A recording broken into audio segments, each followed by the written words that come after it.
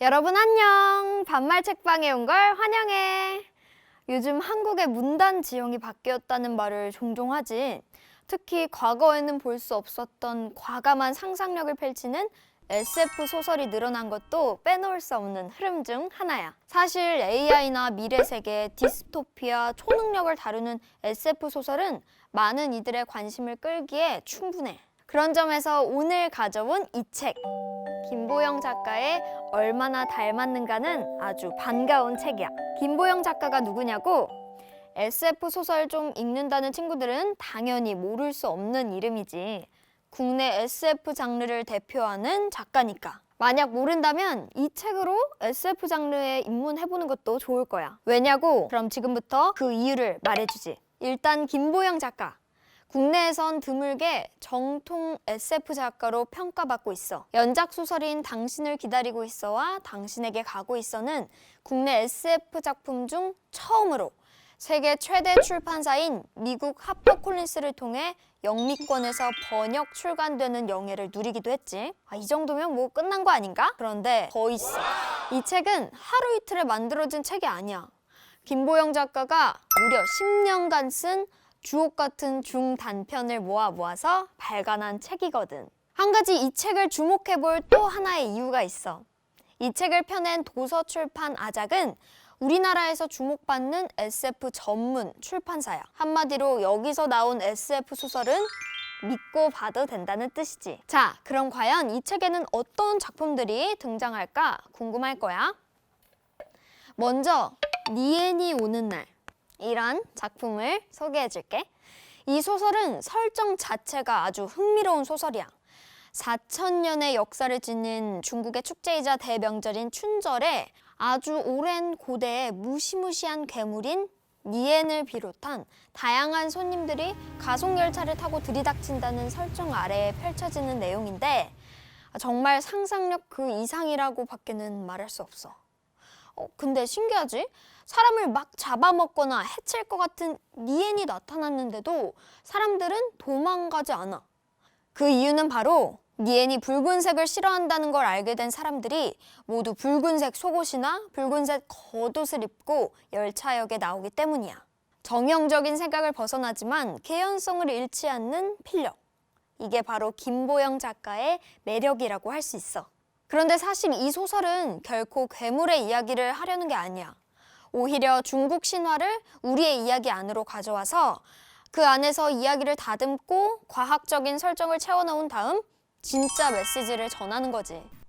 그건 바로 우리가 잊고 살아온 또 다른 이야기. 오늘을 제대로 열심히 살라는 의미심장한 메시지야. 그 부분이 나오는 문장을 내가 잠시 읽어줄게. 이 책 122쪽에 나오는 문단인데 우리는 내일을 말하고 어제를 말하며 한 번도 오늘을 살지 않았다. 우리의 시간은 다 그렇게 모래처럼 손가락 사이로 흘러내렸다. 내가 그대들을 그리워함은 우리가 함께한 시간들이 형편없었기 때문이다. 나는 형편없지 않을 수도 있었던 그 시간들을 그리워한다. 이제 내가 영영 잃어버리고 만 그 기회를 그리워한다. 어때? 뭔가 가슴속을 쏙 찌르면서 들어오는 게 느껴지지 않아? 하지만 괜찮아. 이 반말 책방을 듣고 있는 순간 우리는 분명 다시 오지 못할 오늘을 제대로 살고 있는 거니까. 이 책에 실린 한 작품만 더 살펴볼게. 바로 세상에서 제일 가장 빠른 사람. 제목이 좀 기네.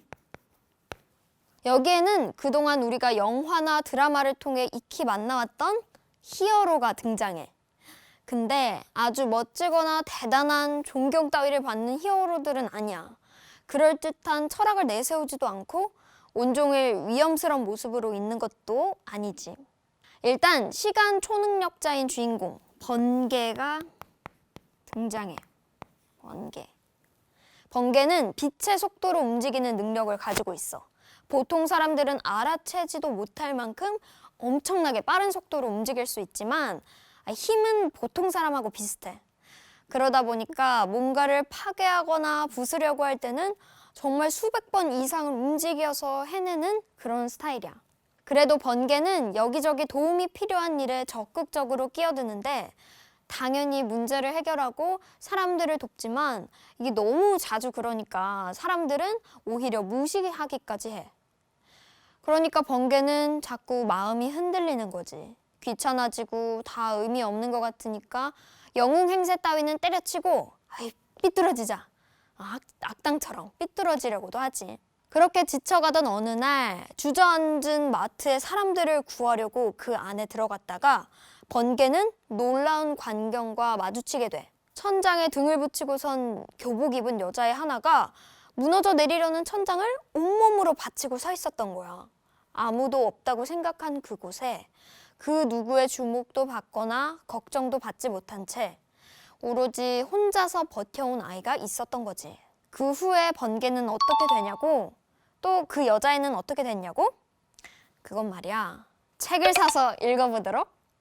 아마 주변의 숨은 영웅들한테 고마워하는 마음이 절로 생길 거야. 지금 소개한 2편 외에도 이 책에는 정말 좋은 소설들이 가득해.